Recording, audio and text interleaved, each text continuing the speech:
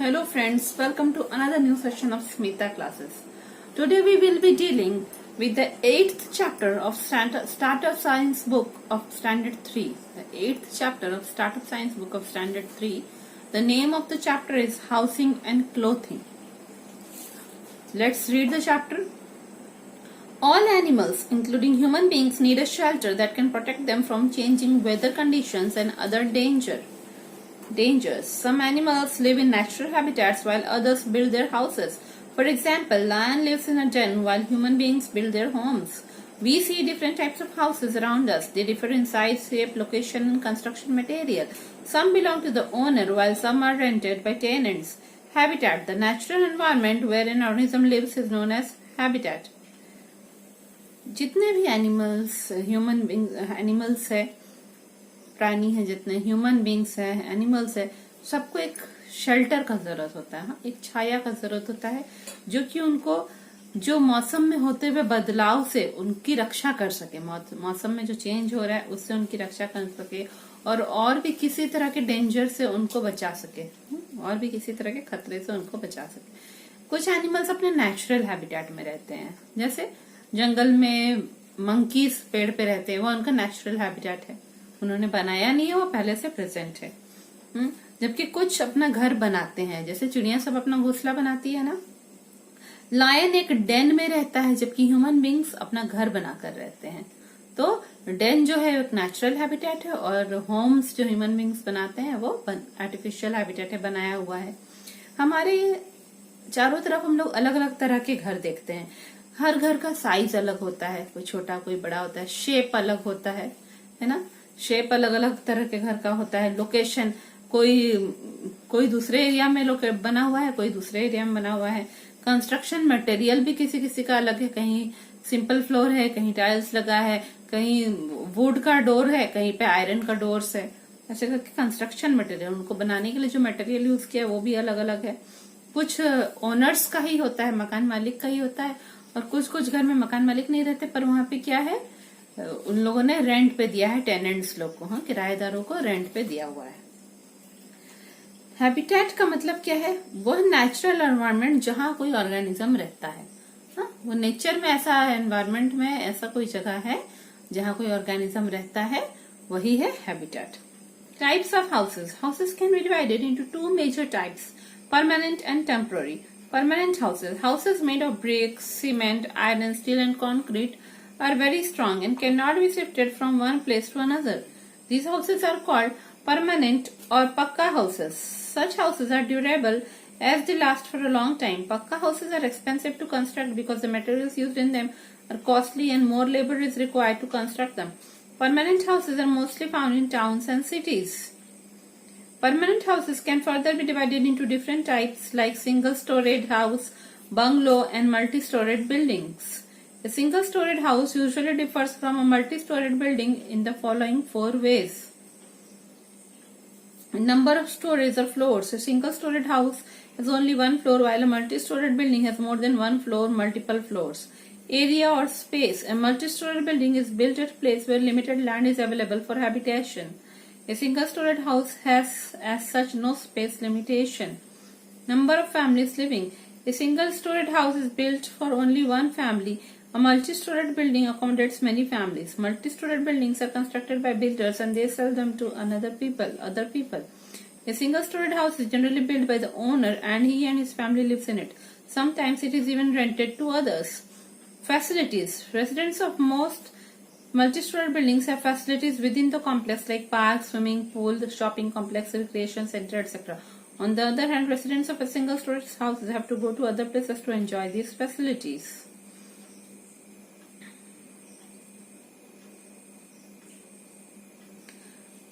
अब है तरह तरह के घर। जो घर है उनको 2 पार्ट में डिवाइड कर सकते हैं, 2 तरीके में, 2 कैटेगरी में, परमानेंट हाउस और टेम्पोररी हाउस। अब परमानेंट हाउस की बात करें, जो हाउस ईंट, कंक्रीट, आयरन, स्टील ये सब मिला के बना है, वो बहुत स्ट्रांग होता है, और एक बार वो बन जाए तो उसको एक जगह से दूसरी जगह हम लोग शिफ्ट नहीं कर सकते हैं। ऐसे घरों को परमानेंट घर या पक्का हाउस बोलते हैं। ईंट क्या है? ब्रिक्स से आप लोग जानते हैं। आयरन, स्टील कहाँ यूज होता है? वो जो लोहे के छड़ जो है, लोहे के रॉड्स यूज करते हैं कंस्ट्रक्शन के समय, वो सब होता है, आयरन स्टील सबका। और क्या होता है, सीमेंट यूज करते हैं। तो आप जानते हैं ना, सीमेंट को बालू में मिलाते हैं और छोटे छोटे पत्थर मिलाते हैं, सब मिला के क्या करते हैं, एक मोर्टार बनाते हैं, बोलते हैं ना मोर्टार, वो होता है एक तरह का मिक्स बनाते हैं जिसको यूज करते हैं घर बनाते समय। तो ये जो सीमेंट से सब बनता है वो हार्ड होने के बाद क्या कहलाता है, वो कंक्रीट कहलाता है। तो इस तरह का घर जो कि ब्रिक, सीमेंट, आयरन स्टील और कंक्रीट से बना है, वो बहुत ही स्ट्रांग होता है, एक जगह से दूसरी जगह शिफ्ट नहीं कर सकते, और उसको परमानेंट या पक्का हाउस कहते हैं। ये घर ड्यूरेबल होता है, ड्यूरेबल मतलब बहुत टिकाऊ होता है, क्योंकि ये बहुत समय तक लास्ट करता है, बहुत ही सालों तक यह घर गिरेगा नहीं। पक्का हाउसेस को बनाना थोड़ा एक्सपेंसिव होता है, महंगा होता है, क्योंकि मटेरियल्स जो उसमें यूज हो रहा है वो कॉस्टली होता है, सीमेंट, ब्रिक्स, ये सब कॉस्टली होता है, और उसमें ज्यादा लेबर का जरूरत होता है, लेबरर्स लोग को बुलाना पड़ता है जो उसको, और मैशन को बुलाना पड़ता है, मिस्त्री को, वो लोग सब मिलके उस घर को बनाते हैं। तो वो घर बनाना कॉस्टली पड़ता है, लेबर का भी पेमेंट देना पड़ता है, और मटेरियल्स भी कॉस्टली होता है। ज्यादातर टाउन्स और सिटीज में परमानेंट हाउस हम लोग को देखने को मिलता है, शहरों में और छोटे शहरों में परमानेंट हाउस देखने को मिलता है। परमानेंट हाउस भी कैसा कैसा है, कोई है सिंगल स्टोरेड हाउस, मतलब एक ही फ्लोर है जिसमें, उसके ऊपर और नहीं है।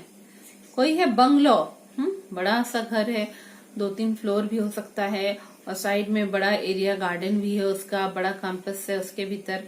और मल्टी स्टोरेड बिल्डिंग है। मल्टी स्टोरेड बिल्डिंग क्या है कि एक के ऊपर एक कई फ्लोर हो सकते हैं, हो सकता है 20-30 फ्लोर्स भी हो सकते हैं। अब है फ्लैट। फ्लैट क्या होता है, a flat is called an apartment, it is part of a building owned by a person. एक पूरा बिल्डिंग है, मल्टी स्टोरेड बिल्डिंग मान लो, उसमें बहुत सारा फ्लोर्स है, फ्लोर्स, हर फ्लोर में घर है, हर फ्लोर में मतलब मान लीजिए 4-4 घर है एक एक फ्लोर में, तो वो 4 घरों में से एक जो घर, एकमात्र घर को हम लोग फ्लैट बोलेंगे, ठीक है। वो पूरा बड़ा बिल्डिंग कोई कॉन्ट्रैक्टर ने बनाया है, और एक एक फ्लैट को किसी किसी लोगों को सेल किया है, ठीक है। तो एक एक घर जो मल्टी स्टोरेड बिल्डिंग में रहेगा वो फ्लैट कहलाएगा या अपार्टमेंट कहलाएगा, जो कि किसी एक फैमिली ने खरीदा होगा। अब है कि मल्टी स्टोरेड बिल्डिंग और सिंगल स्टोरेज बिल्डिंग दोनों में क्या क्या अंतर है, उसको 4 तरीकों से उनका डिफरेंस बताया गया है। नंबर ऑफ स्टोरेज या फ्लोर्स के हिसाब से, जितना फ्लोर है, जैसे कि हम लोग जो सबसे नीचे का फ्लोर होता है उसको हम लोग क्या कहते हैं, ग्राउंड फ्लोर, उसके ऊपर वाला फर्स्ट फ्लोर, उसके ऊपर सेकंड फ्लोर, फिर थर्ड फ्लोर, ऐसे बोलते जाते हैं ना, ठीक है।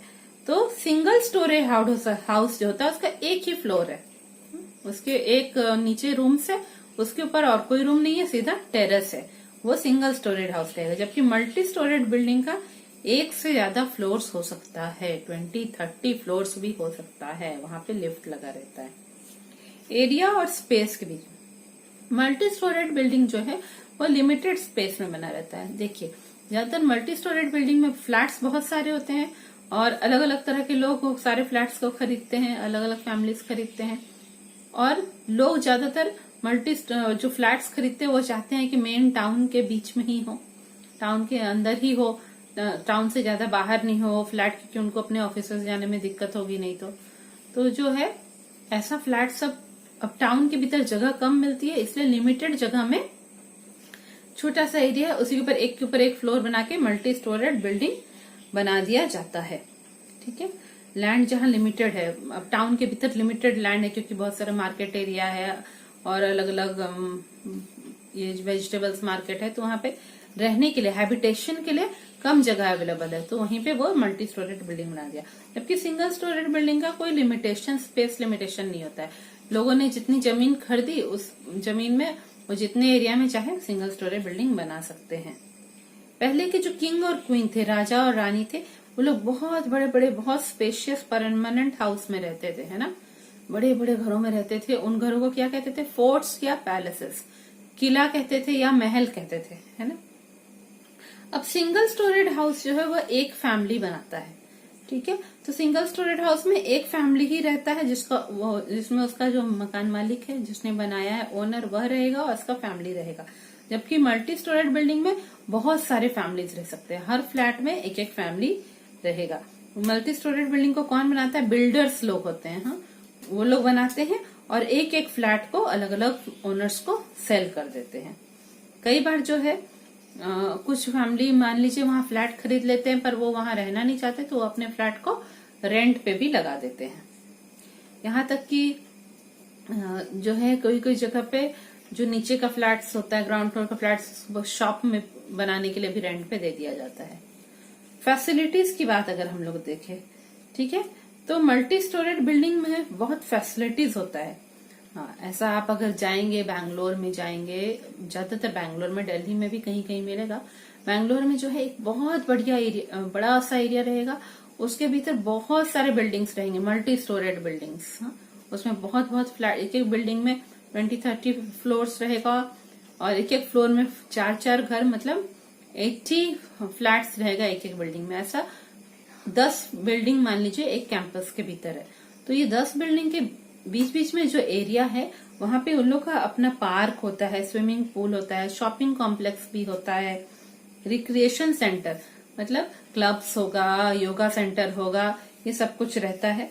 तो ये मल्टी स्टोरेड बिल्डिंग में ये ऐसा फैसिलिटीज दिया जाता है ताकि जो लोग वहां रह रहे हैं वो लोग को कहीं दूर नहीं जाना पड़े, वहीं पे उनको सब कुछ मिल जाए। जबकि जो सिंगल स्टोरेड हाउसेस में जो लोग रहते हैं उन लोग को मान लीजिए क्लब जाना है तो उनको अपने घर से थोड़ा दूर जाना पड़ता है, या स्विमिंग पूल जाना है तो अपने घर से दूर जाना पड़ेगा, ये सब फैसिलिटी को एंजॉय करने के लिए। अब है कि तो ये हम लोगों ने परमानेंट हाउसेस के बारे में पढ़ लिया। अब हम लोग टेम्पोररी हाउसेस के बारे में पढ़ेंगे। The houses made of natural materials like wood, mud, straw, grass, bamboo and thatch or sticks are neither strong nor long lasting. These houses are called temporary or kacha houses. Such houses require constant maintenance and replacement. The only advantage of kacha house is that construction material being natural is cheap and easily available. Comparatively, little labor is required to build them. These houses can be easily seen in villages. Apart from kacha houses, there are some other varieties of temporary houses like caravans, tent houses, and houseboats. Huts made of mud and water are cool inside in summer. ठीक है, अगर हम लोग घर की बात बोले, temporary house की बात बोले, तो ऐसा घर जो कि नेचुरल मटेरियल से बना हुआ है, ऐसा मटेरियल जो कि एनवायरमेंट में मिल रहा है, जैसे लकड़ी से, वुड से, मड मिट्टी से, स्ट्रॉ सूखी पीली घास जो होती है उससे, और ग्रास सिंपल घास से भी, बैम्बू बांस से, और थैच और स्टिक्स होता है, हाँ, लकड़ियों को मिला के और लकड़ियों और पत्तों को मिला के और सूखी घास से मिला के थैच बनाया जाता है। थैच और स्टिक्स, ये सब से जो घर बनता है वो ज्यादा स्ट्रांग नहीं होता है, लॉन्ग लास्टिंग भी नहीं होता है, बहुत ज्यादा दिन वो नहीं टिक पाएगा, बहुत जोर की आंधी और तूफान आने से वो गिर भी सकता है। ये हाउसेस को टेम्पोररी या कच्चा हाउसेस कहेंगे। ऐसे हाउस में हमेशा मेंटेनेंस की जरूरत है। एक बार जोर की बारिश हुई तो उसका जो है ऊपर का जो टेरेस एरिया है वो खराब हो गया तो उसको फिर ठीक करना पड़ता है, तो कांस्टेंट उसको मेंटेनेंस करना पड़ता है और रिप्लेसमेंट करना पड़ता है, उसमें चेंज करना पड़ता है। बैम्बू खराब हो गया तो वो बैम्बू हटा के दूसरा बैम्बू लगाना पड़ता है, ऐसे। तो आखिर जब कांस्टेंट रिप्लेसमेंट और मेंटेनेंस करना पड़ता है तो एडवांटेज क्या है इस हाउस का, कि उसको बनाने के लिए जो कंस्ट्रक्शन मटेरियल है वो थोड़ा चीप मिलता है, सस्ता मिलता है, और कम लेबर का जरूरत होता है उसको बनाने में। वो कंस्ट्रक्शन मटेरियल चीप होता है, आसानी से मिल भी जाता है और लेबर कम रहता है, लगता है उसको बनाने में। तो ये हाउसेस एक्सपेंसिव नहीं होते हैं। ज्यादातर विलेजेस में हम लोग देखेंगे ऐसे हाउसेस दिखाई देते हैं। अच्छा, कच्चा हाउस इनको हम बोलेंगे। कच्चा हाउस को छोड़ के और भी अलग तरह के घर होते हैं, जैसे क्या होता है टेम्पोररी हाउस, और भी क्या होते हैं कारावान्स, टेंट हाउस और हाउस बोट्स। कारावान्स, टेंट हाउस और हाउस बोट्स। एक और बात, ये जो भी मिट्टी और ये सब का बना रहता है, मिट्टी और घास का बना हुआ जो हट सब रहता है, वो सब क्या होता है ठंड के गर्मी के दिनों में उसके घर के भीतर बहुत ठंडी ठंडी लगती है, वहां गर्मी नहीं लगती है। और हम लोग आगे पढ़ेंगे। A caravan is a house on wheels. It is usually a big vehicle like a van. There is everything inside this van that a person or a family needs, like bed, shelves, vessels, water, etc. Gypsies and people who work in the circus usually live in these houses. A tent house is made of canvas.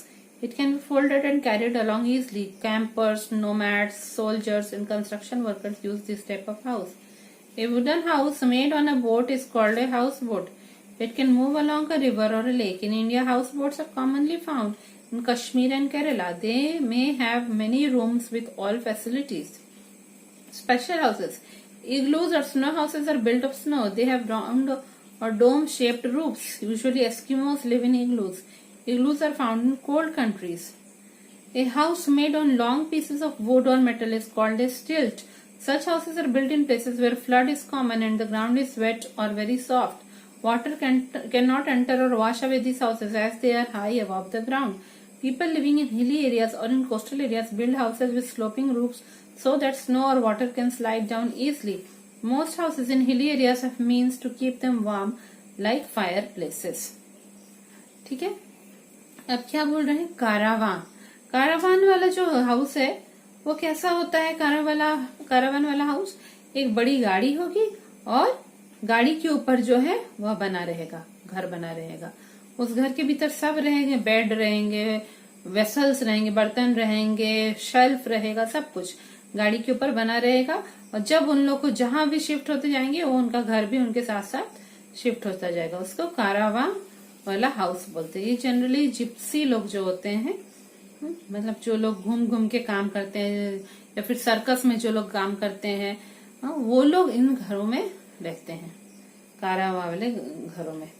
अब tent house क्या है? वो canvas का बना है. Canvas मतलब एक तरह का मोटा कपड़ा होता है.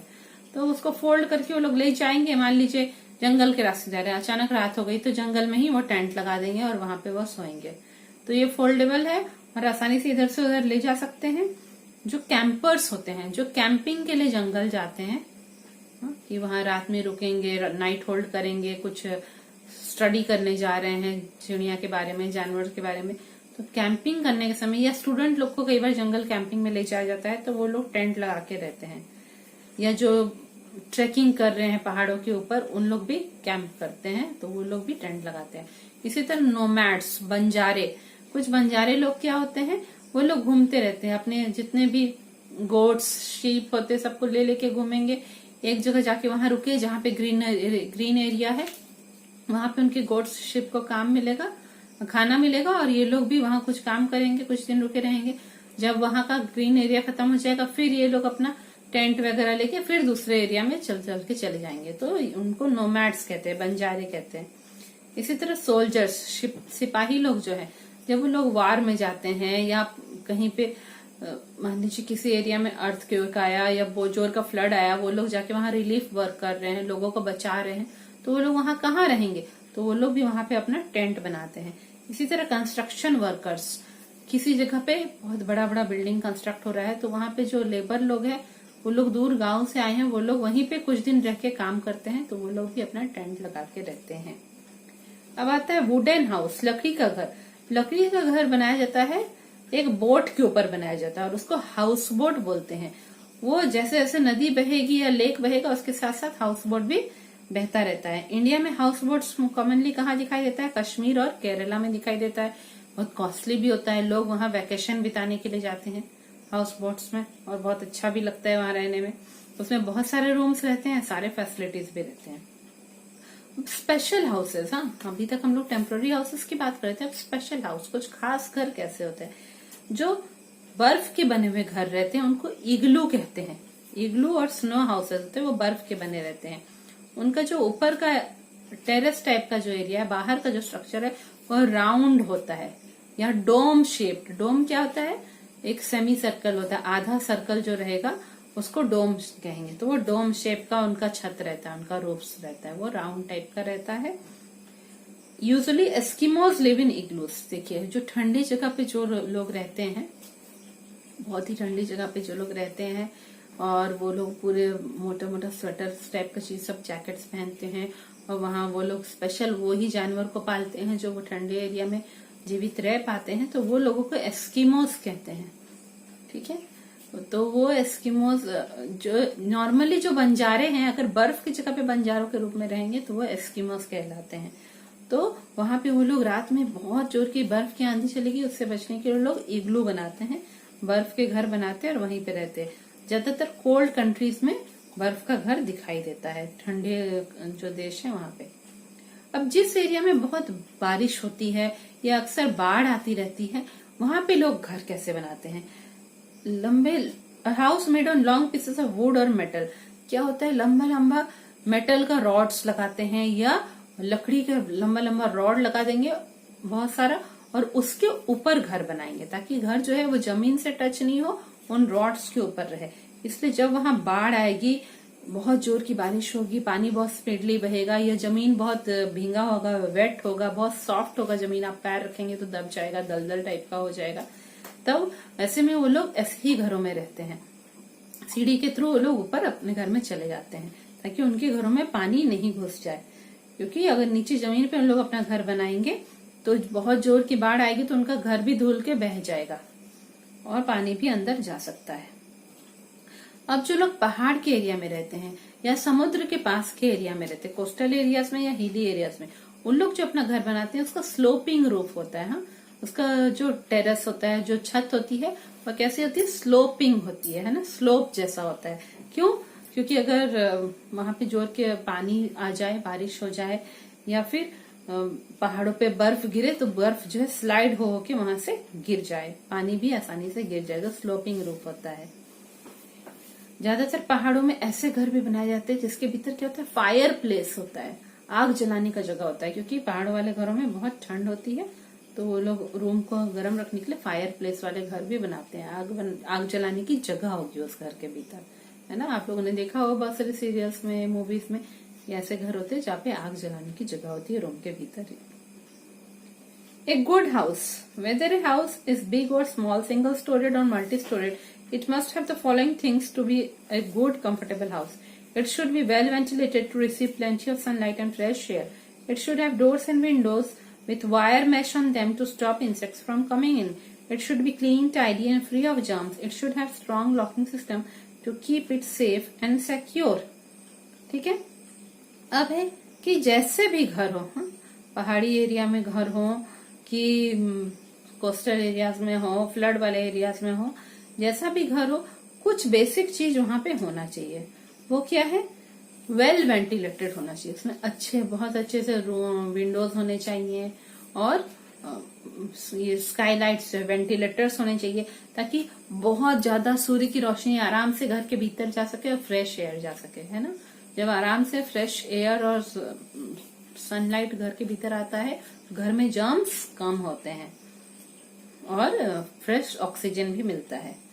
और बहुत सारे जितने भी उसके डोर्स और विंडोज होते हैं उनमें वायर मैश लगा होना चाहिए, वायर की जाली लगी रहनी चाहिए, तारों की जाली लगी रहनी चाहिए ताकि छोटे छोटे कीड़े और मच्छर, मॉस्किटोज वहां घुस नहीं सके। वो जैसा भी घर हो उसको क्लीन होना चाहिए, साफ होना चाहिए, tidy and free of germs होना चाहिए, पूरा घर साफ सुथरा होना चाहिए, उसमें कीटाणु नहीं होने चाहिए, और स्ट्रॉन्ग लॉकिंग सिस्टम होना चाहिए। घर में ताला लगाने का, उसको लॉक करने का स्ट्रॉन्ग सिस्टम होना चाहिए ताकि वो सेफ और सिक्योर रहे। अगर कुछ समय के लिए मान लीजिए हम घर से मार्केट जा रहे हैं, घर को लॉक करके, तो स्ट्रॉन्ग लॉकिंग सिस्टम होना चाहिए ताकि घर अच्छे से लॉक हो सके, है ना। अब हम लोग आगे पढ़ेंगे क्लोथिंग। क्लोथिंग के बारे में पढ़ेंगे। Like a house protects us from changing weather conditions and insects, our clothes also protect us from cold, heat, rain, dust, and insects. We wear different types of clothes depending upon the weather conditions of the place where we live. We also dress up according to the occasion or the place we go to. For example, we wear a uniform when we go to school. We wear loose and comfortable clothes when we are at home or on a picnic. And we wear bright, colorful clothes when we go to a party. ठीक है। अब क्या बोल रहा है कि कपड़ों के बारे में। अभी तक हम लोगों ने घरों के बारे में पढ़ा, अब कपड़ों के बारे में। जिस तरह एक घर हम लोग को वेदर का कंडीशन चेंज होता है, जब मौसम जो बदलता है, वो मौसम के बदले हुए मौसम से हम लोग को प्रोटेक्ट करता है, रक्षा देता है घर। उसी तरह जो है कपड़े जो है वो हम लोग को ठंड से, गर्मी से, बारिश से, धूल से और इंसेक्ट से, कीड़ों से बचाता है। हम लोग अलग अलग तरह के कपड़े पहनते हैं अलग अलग मौसम के हिसाब से, या फिर जैसे जगह पे हम रह रहे हैं और वहां का जैसा मौसम है उस हिसाब से हम कपड़े पहनते हैं, और जैसा ओकेजन है, जैसा समय है, जहां हम जा रहे हैं वहां पे क्या माहौल है उस हिसाब से हम कपड़े पहनते हैं। जैसे कि हम स्कूल जाएंगे तो यूनिफॉर्म पहनेंगे, जब हम घर में रहते हैं तो लूज और कंफर्टेबल क्लॉथ पहनते हैं जिसमें हमें आराम लगे। इस तरह पिकनिक जाते, पिकनिक में भी आराम चाहते हैं लूज और कंफर्टेबल क्लोथ्स पहनते हैं, और जब कोई पार्टी में जाएंगे तो ब्राइट कलरफुल क्लोथ्स पहनते हैं। Seasonal clothes. We wear clothes according to the climatic conditions. Different places have different kinds of climate. Places like Delhi and Punjab experience summer, winter as well as rainy season. In these places, people wear clothes according to the season. They wear loose, comfortable and sweat-absorbing clothes generally made of cotton in summers to keep them cool. In winters, they wear clothes made of wool, fur or skins of animals to keep themselves warm. They wear raincoats and use umbrellas and gum boots to protect themselves from getting wet when it rains. ठीक है, अब है seasonal कपड़े, मौसम के हिसाब से कपड़े। हम लोग क्लाइमेट कंडीशन जहाँ पे हम रह रहे हैं वहां का मौसम हमेशा पूरे साल भर करीब करीब किस तरीके का रहता है, उस क्लाइमेट के कंडीशन के हिसाब से हम कपड़े पहनते हैं। हर जगह का अलग अलग क्लाइमेट होता है। जैसे कि एग्जाम्पल बोल रहा है दिल्ली और पंजाब, ये सब जगह पे बहुत ही गर्मी भी पड़ती है, ठंड भी पड़ती है, बारिश भी बहुत होती है। जब ठंड लगती है, बारिशों की तो बहुत बारिश होती है। ठीक है, ये सब जगहों पे लोग कपड़े पहनते हैं वहां के सीजन के हिसाब से। जैसे कि अगर गर्मी का दिन है तो लूज, कंफर्टेबल और ऐसे कपड़े पहनेंगे जो स्वेट को एब्जॉर्ब करे, पसीने को सोख ले, कपड़े लूज हो, आरामदेह हो, ऐसे। तो ऐसे कपड़े कैसे होते हैं? कॉटन के बने हुए, है ना, सूती कपड़े जो होते हैं वो समर सीजन में लोग पहनते हैं ताकि वो पसीने को सोख ले। इसी तरह ठंड के दिन में क्या पहनते हैं? ऊन के कपड़े पहनते, वूल के, फर के या एनिमल्स के स्किन के लेदर जैकेट्स पहनते हैं ना लोग, तो वूल, फर या एनिमल्स ऑफ स्किन के कपड़े पहनते हैं ठंड के दिन में गर्म रखने के लिए। इसी तरह वहां दिल्ली पंजाब में क्या करते हैं? जब बारिश होती है तो रेनकोट पहनते हैं, अम्ब्रेला यूज करते हैं, गम बूट्स पहनते हैं। ऐसे होता है ना, रबर का बूट्स होता है लंबा लंबा बड़ा बड़ा, जो पहनते हैं ताकि जूते भीग नहीं जाए, पैर भीग नहीं जाए, बारिश से बचा सके, इंसेक्ट्स नहीं घुसे पैरों में। तो ये सब बारिश से बचने के लिए इस तरह से कपड़े पहनते हैं। अब आ जाते हैं, तो हम लोग दिल्ली और पंजाब की बात करते हैं। अब हम लोग केरला और तमिलनाडु की तरफ आ जाते हैं। Places like Kerala, Tamil Nadu etcetera experience hot and wet climate throughout the year. People living in these places wear light, comfortable and loose clothes. Jammu and Kashmir, Himachal Pradesh and other hilly areas face extreme cold conditions during most part of the year. People here wear thick woolen clothes to protect themselves from the cold.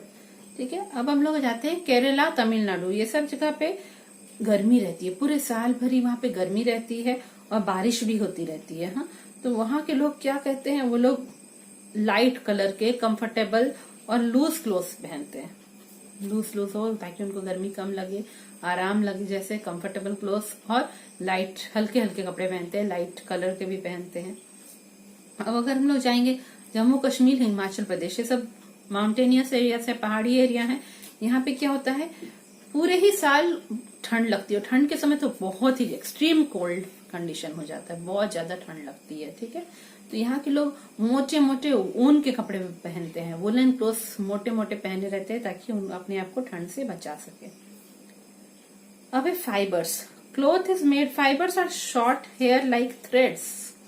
Cloth is made from fibers. Many fibers, when twisted together, make yarn. These yarns are used to make fabric. One or more fabrics are then stitched together to make a dress. Fibers are of two kinds, natural and man-made. Natural fibers are obtained from plants and animals. Plant fibers come from plants like cotton, jute, flax, etc. Animal fibers include wool and silk that come from animal hair, fur, etc. Man-made fibers are also called synthetic fibers. Nylon, terracotta, and polyester are synthetic fibers. Look smart, feel good. Clothes not only protect us from heat, cold or rain, but they also make us look smart. To look neat and tidy, you should follow some of these steps. Always wear clean clothes. The dirt in clothes has germs that can cause infection. So clothes should be washed properly to get rid of dirt. Iron your clothes well after washing them. Unironed clothes look untidy. Wear clothes according to the climatic conditions and to suit the place where you go. ठीक है, अब बोलते हैं fibre. Fibre होता क्या है? ठीक है, फाइबर क्या होता है? वो बहुत ही पतले पतले हमारे जो बाल है, हेयर के जैसे धागे होते हैं। ठीक है, उनको कहते हैं फाइबर। ये फाइबर किससे मिलता है? कॉटन से मिल सकता है। कॉटन के जो पौधे होते हैं, रुई के पौधे होते हैं, उनसे फाइबर निकलता है। जूट के पौधों से फाइबर निकलता है। ठीक है, तो ये फाइबर निकलेंगे। फाइबर पतले पतले छोटे छोटे हमारे बालों के जैसे थ्रेड होते हैं, धागे होते हैं। और कपड़े किससे बनते हैं? फाइबर से ही बनाया जाता है। कैसे? जब बहुत सारे छोटे छोटे धागों को घुमा घुमा के ट्विस्ट करके एक दूसरे से जोड़ देंगे तो यान बनता है। यान मतलब बहुत ही मोटा धागा का बंडल बनता है, ठीक है। और ये यान से फिर उसको हैंडलूम में डालते हैं हम लोग, हैंडलूम मशीन में डालते हैं या पावर लूम मशीन में वो धागे को डालते हैं और मशीन को चला चला के उसको हम लोग फैब्रिक में बदलते हैं, बड़े कपड़े में बदलते हैं। और जब एक से ज्यादा फैब्रिक को एक दूसरे के साथ सिलाई करते हैं, स्टिच करते हैं अच्छे से, तो एक ड्रेस बनता है। फाइबर दो तरह के होते हैं, नेचुरल और मैनमेड। नेचुरल फाइबर जो है वो हम लोग को एनिमल्स और प्लांट से मिलता है, जैसे कॉटन प्लांट से कॉटन मिलेगा, जूट प्लांट से जूट मिलेगा, जैसे फ्लैक्स प्लांट होता है, तीसी जिसको कहते हैं, नहीं तीसी नहीं कहेंगे, कॉटन प्लांट, ठीक है, कॉटन प्लांट से कॉटन मिलेगा, जूट प्लांट से जूट मिलेगा, इसी तरह। और एक फ्लैक्स होता है। इसी तरह एनिमल्स से हमको क्या मिलेगा, वूल मिलेगा, ऊन मिलेगा और सिल्क मिलेगा। सिल्क के इंसेक्ट होते हैं ना, रेशम के कीड़े होते हैं, उनसे रेशम मिलेगा हमको, ये सब। और एनिमल से क्या मिलेगा, हेयर मिलेगा, उन्हें एनिमल्स के बालों से भी बनाया जाता है, एनिमल के फर से भी बनाया जाता है। ये सबसे हम लोग को नेचुरल फाइबर मिलेगा। और मैन मेड फाइबर क्या होता है, जो मनुष्य ने खुद केमिकल्स के यूज करके बनाया है, उनको सिंथेटिक फाइबर भी कहते हैं। एग्जाम्पल क्या है, नायलॉन, टेरिकॉटन, पॉलिस्टर, ये सब सिंथेटिक फाइबर है जो मनुष्य ने बनाया है। लुक स्मार्ट फील गुड, कपड़े अगर अच्छे से पहनेंगे या स्मार्ट दिखेंगे तो आपको अच्छा लगेगा। कपड़े सिर्फ हम लोग को धूप, गर्मी, धूप और ठंड, बारिश, ये सब से नहीं बचाते, पर हमको स्मार्ट भी दिखाते हैं। आप एकदम नीट एंड टाइडी दिखने के लिए आपको कुछ स्टेप फॉलो करना होगा। हमेशा साफ कपड़े पहने। कपड़ों में जो कीटाणु होते हैं, कपड़ों में अगर धूल रहेगी तो उसमें कीटाणु आते हैं, जिसके कारण इन्फेक्शन हो सकता है। इसलिए कपड़ों को अच्छी तरह से धो के उनसे धूल मिट्टी हटा देनी चाहिए। अपने कपड़ों को अच्छे से आयरन करना चाहिए धोने के बाद, क्योंकि अब बिना आयरन किए हुए कपड़े पहनेंगे तो अनटाइडी दिखता है ना। और क्लाइमेट के कंडीशन के हिसाब से कपड़े पहनने चाहिए, and to suit the place where you are going. अब है गर्मी का दिन है और आप स्वेटर पहन के आ जाएंगे तो अच्छा लगेगा क्या, नहीं ना। तो क्लाइमेट के कंडीशन के हिसाब से ड्रेस पहनना चाहिए, और जिस जगह पे आप जा रहे हैं उसके हिसाब से आपको ड्रेस पहनना चाहिए। मान लीजिए आप जा रहे हैं स्कूल और आप पार्टी वियर पहन के चले गए, ऐसे में तो आपको स्कूल से निकाल के बाहर फेंक दिया जाएगा, है ना। तो जैसे आप जगह पे जा रहे हैं, ओकेजन जैसा है उस हिसाब से आपको कपड़े पहनने चाहिए, ठीक है। ये चैप्टर कंप्लीट हो गया। आप लोग ये चैप्टर अच्छी तरह से समझ में आ गया होगा। अपने फ्रेंड्स लोग के साथ ये वीडियो शेयर करिए, अपने फ्रेंड्स को भी कहिए सब्सक्राइब करने के लिए। आप लोग भी सब्सक्राइब करिए अगर अभी तक नहीं किया है, और बेल बटन को प्रेस करना बिल्कुल भी नहीं भूले, क्योंकि जैसे ही न्यू वीडियोस अपलोड होगा आपको तुरंत नोटिफिकेशन मिल जाएगा। I hope you will enjoy watching this video. Thank you.